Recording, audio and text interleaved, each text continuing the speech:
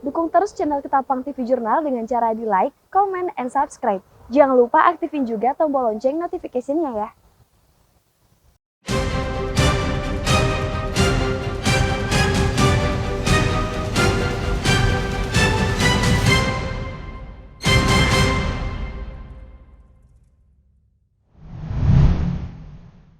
Saudara, berjumpa kembali bersama saya di Tauktar Mauludea di dalam program acara Ketapang TV Jurnal, edisi Rabu 23 Juni 2021.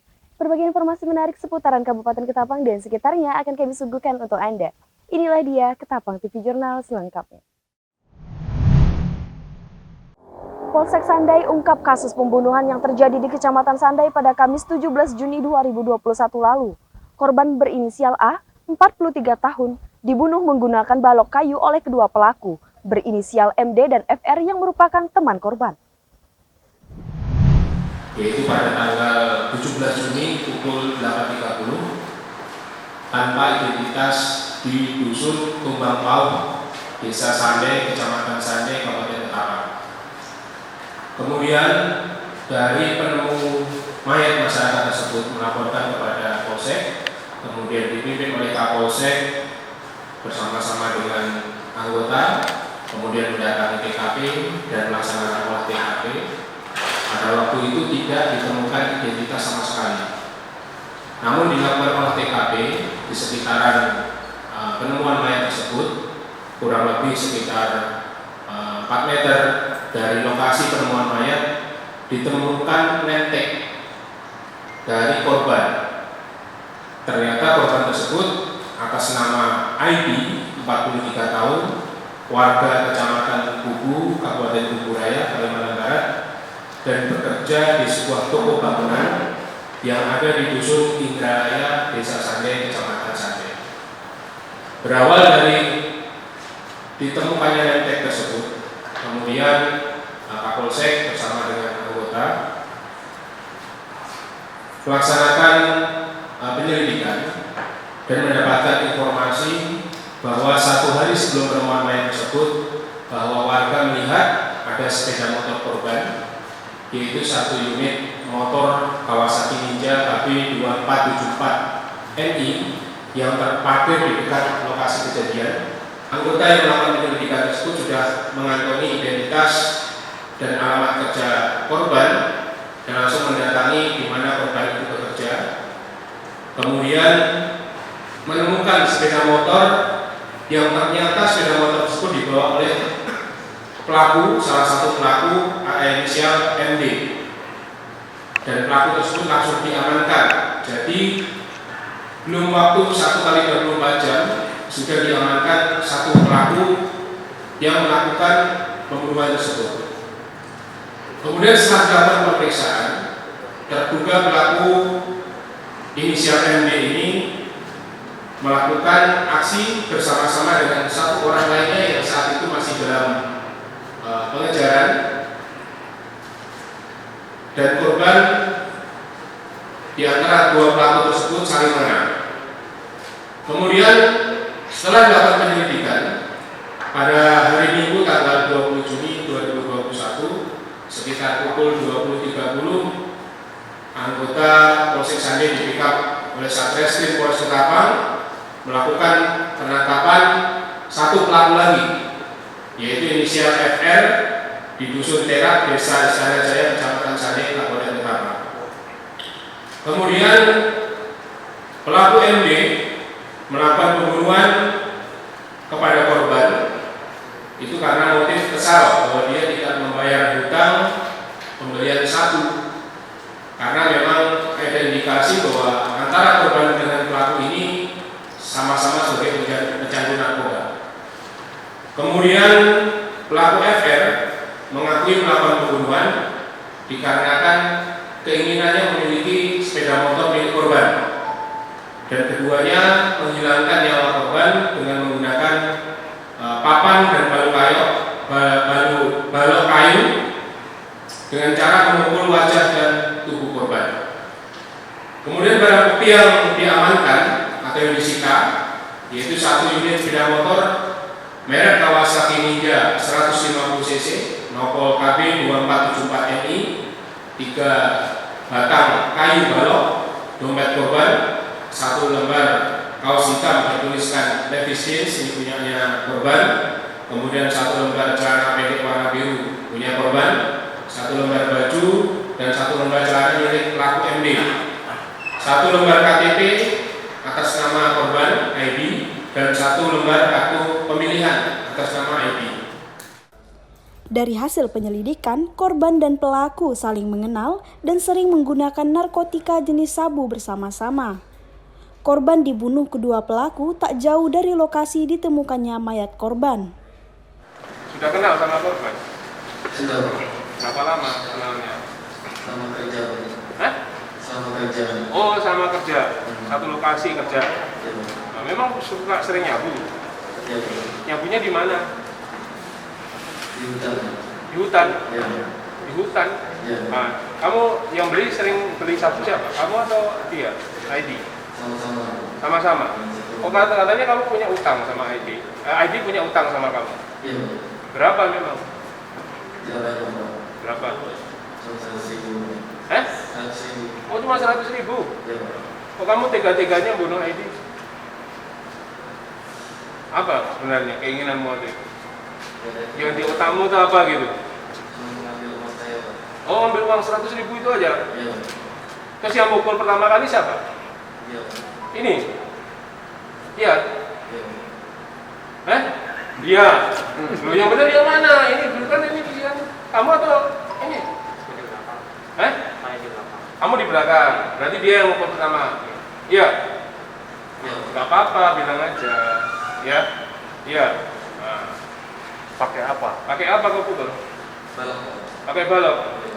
Berapa kali kau pukul? 3 kali. 3 kali. Iya. Langsung jatuh dia. Iya, Pak. Terus kamu?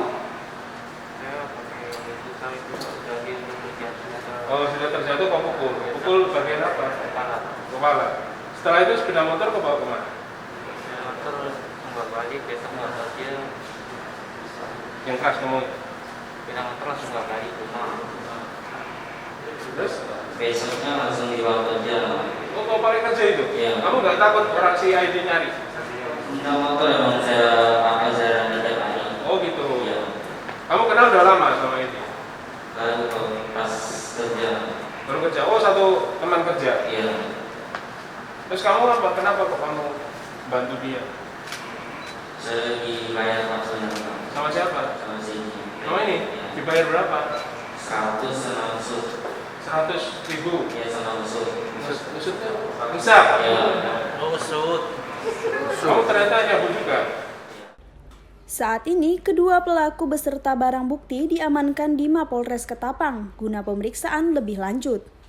Kedua pelaku diancam dengan pasal 340 KUHP dan atau 338 KUHP dan atau 351 ayat 3 KUHP dengan ancaman maksimal 20 tahun penjara. Dari Kabupaten Ketapang, Paulina Piling M. Naufal melaporkan untuk Ketapang TV Jurnal. Vaksinasi massal secara gratis kerjasama antara Polres Ketapang dan Dim 1203 dan Dinas Kesehatan Kabupaten Ketapang berlangsung di lapangan tenis indoor PLT di Jalan RM Sugiono, Kabupaten Ketapang, Kalimantan Barat.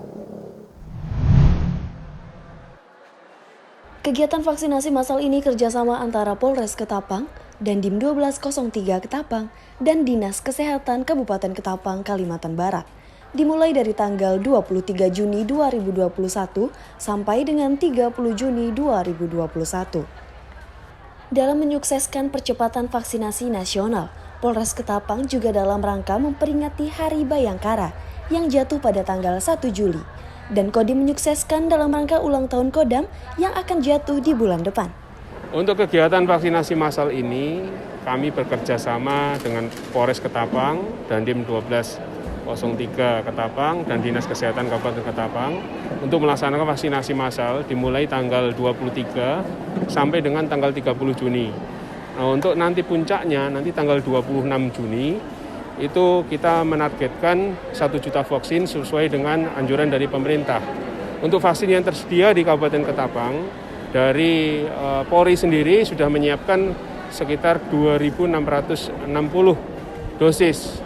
nanti akan kita suntikkan kepada keluarga besar Polri, keluarga besar TNI, kemudian juga kepada masyarakat umum.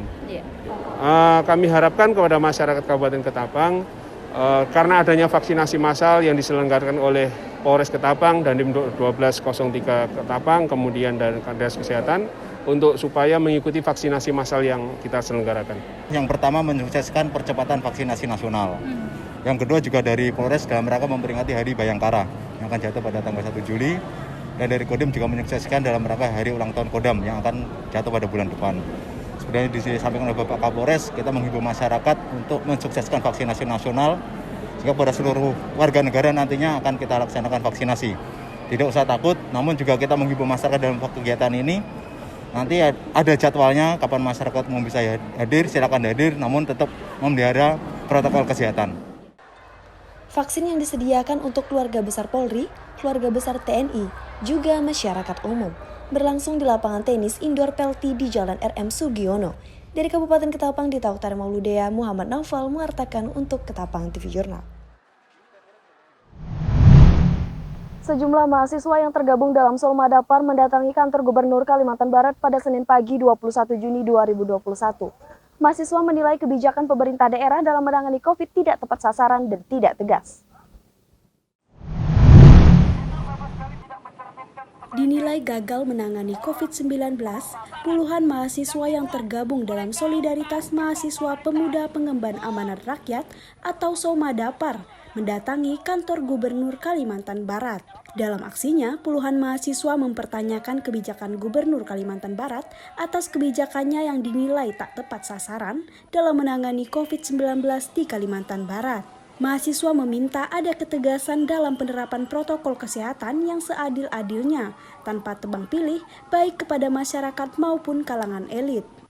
Tak hanya itu, dalam pemberlakuan jam malam juga harus dilakukan seadil-adilnya. Ya, tuntutan di sini kami memberikan solusi kepada kaum pemerintah bahwasanya kebijakan kalian itu tidak tepat sasaran. Perlukah kami turun untuk mengajari kalian bagaimana membuat kebijakan yang baik dan tepat sasaran dan sesuai dengan kebutuhan masyarakat? Begitu. Poinnya Pak? Poinnya ada di sini.